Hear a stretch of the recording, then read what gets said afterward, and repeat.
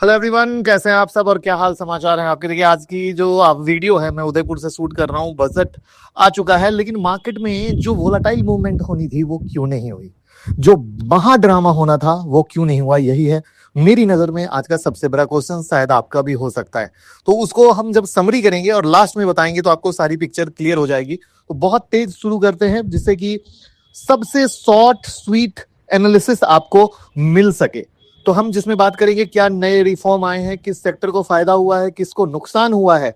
तो अभी हम बात करते हैं सेक्टर्स की, कि सेक्टर्स के एंगल में आपको क्या देखने को मिलेगा। बिग गुड न्यूज ये है कि 4 फरवरी को रात में 9 बजे एक होने वाला है इंट्राडे और स्विंग ट्रेडिंग का बेहतरीन सेशन, जिसकी कॉस्ट सिर्फ 59 रुपीज है। लिंक डिस्क्रिप्शन में ज्वाइन कीजिए। हर बार मॉर्निंग में होता था, बट आपकी डिमांड पर इस बार रात में 9 बजे हो रहा है। कोई भी इंसान मिस मत करना, जल्दी से ज्वाइन कर लीजिए। तो सबसे पहले एग्रीकल्चर और फार्मर पे आते हैं। पीएम धन धान्य कृषि योजना 100 डिस्ट्रिक्ट में इंप्लीमेंट होगा। पल्सेस सेल्फ रिलायंस मिशन 6 साल का प्लान, तुअर और मसूर पे फोकस है। केसीसी लोन 3 लाख से 5 लाख तक इंटरेस्ट रिड्यूस लोन होगा। अब इसका फायदा कहां पे होगा? एग्री कंपनी को होगा, सीड से रिलेटेड कंपनी को होगा। उसके बाद जो दूसरा सेक्टर है एमएसएमई और स्टार्टअप का है। Loan guarantee for micro entrepreneur पे है। 27 फोकस सेक्टर्स के स्टार्टअप को 1% गारंटी फी पर लोन। एक्सपोर्ट एमएसएमई को 20 करोड़ तक term loan, 10,000 crore fund for startup, 5 lakh women SC/ST entrepreneur के लिए 2 करोड़ लोन स्कीम होगी। और इससे बेनिफिट होने वाला है एसएमई इकोसिस्टम को।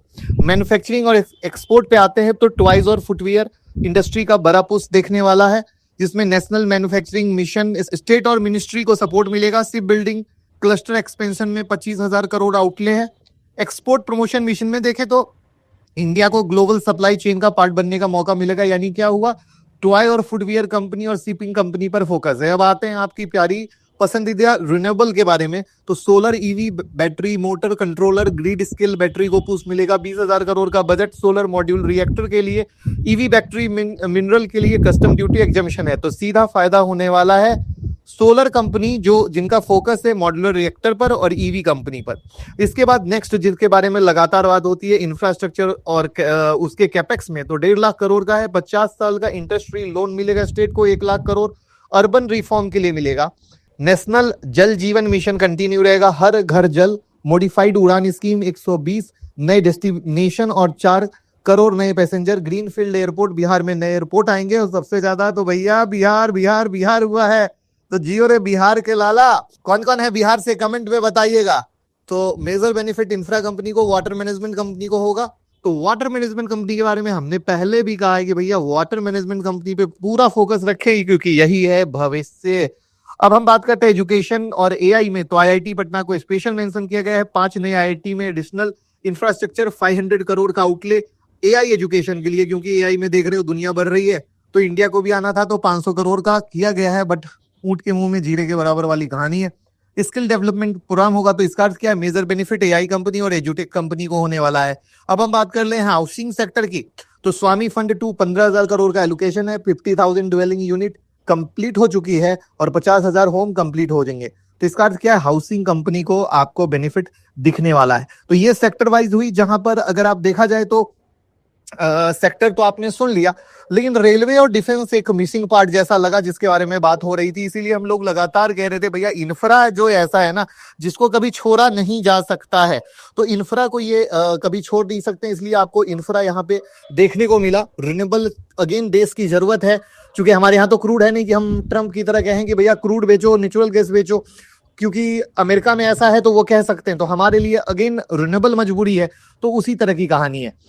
तो अब हम बात करते हैं टैक्स की, जिसकी सबसे खुशी की लहर दौड़ गई है टैक्स रिफॉर्म के बारे में। ठीक है, तो न्यूज पे भी सुन लिया होगा आपने कि अब 12 लाख के पर्सनल इनकम पे कोई टैक्स नहीं देना होगा, जो पहले केवल 7 लाख तक की लिमिट थी।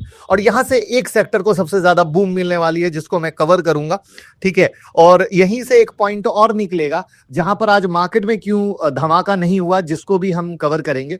तो पहले 7 लाख की लिमिट थी, तो पहले इसको समझ लेते हैं, फिर आपको क्या इंपैक्ट आएगा बताऊंगा। तो आपके स्क्रीन पर जो दिख रहा है उसको समझने की कोशिश कीजिए कि अब ये देखकर काफी लोगों को डाउट हो रहा होगा कि सर 12 लाख तक का टैक्स तो फ्री है, तो यहां कैसे अभी भी दिखा रहा है? तो पहले तो ये समझिए कि ये टोटल इनकम पर है, और जो कम हुआ है वो केवल इंडिविजुअल इनकम, जैसे सैलरी होती है उसमें उन्हें टैक्स रिबेट मिलेगा, जो वो अमाउंट जो जीरो करेगा 12 लाख तक का है। इसको एक चार्ट से समझाता हूं। तो ये जो चार्ट है आपके सामने है, और इसको देखकर आपको समझ में आ गया होगा कि कैसे टैक्स का चेंज हुआ है। तो अभी भी इनकम टैक्स पे कुछ चेंजेस बाकी हैं जो नेक्स्ट मीटिंग में आएंगे। यही है गेम जिसके कारण मार्केट थम गया और निर्मला ताई ने गर्दन दबा दी मार्केट की। अब मार्केट के अंदर दुखी हो गई कि अब अगले हफ्ते जो नया ये टैक्स की कहानी आएगी, नई टैक्स पॉलिसी के बारे में जो बात की गई है वो क्या होगा, कैसे होगा, और मार्केट वहीं पर ठहर गया क्योंकि आरबीआई की पॉलिसी भी है और यहां ये भी है। तो मार्केट कहा भैया अब रहने दो, हो गया, बहुत हो गया, अब हम देखेंगे अगले हफ्ते, और मार्केट एक कॉन्सोलेशन जोन में चला गया, यानी एक साइडवेज मूव में। यानी अब अगला 7 दिन वापस से क्या हो गया, क्या होगा, जैसे बजट का इंतजार था ना, बजट में क्या होगा, बजट में क्या होगा, तो अब उस टैक्स पॉलिसी में क्या होगा, इसी पर होगा। तो अब बात करते हैं इंपॉर्टेंट पॉइंट वापस से, ओवरऑल इकोनॉमी पे इफेक्ट कैसा होगा। तो सबसे पॉजिटिव इस बजट में था टैक्स वाला पार्ट जो चेंज हुआ है।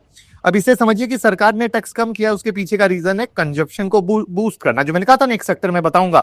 तो यहां से कंजप्शन खुलने की उम्मीद है, क्योंकि लास्ट की वीडियो में भी हमने आपसे कहा था कि जीडीपी कम हो रही है, जिसका सबसे बड़ा रीजन है इंडिया का कंजप्शन कम होना, और जीडीपी में 55 से 60% का जो कंट्रीब्यूशन कंजप्शन का ही रहता है। लेकिन अभी भी लोगों के पास पैसा ही नहीं था, जिसकी वजह से ऑटो और एफएमसीजी सेक्टर क्या थे, सबसे ज्यादा डाउन हुए थे लास्ट मंथ में, कुछ महीनों से।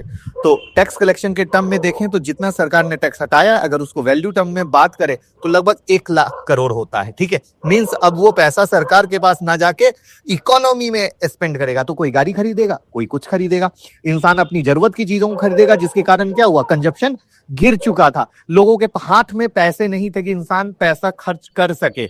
तो अब ये पैसा जब खर्च होगा तो जीडीपी को बूस्ट मिलेगा, इकोनॉमी बढ़ेगी।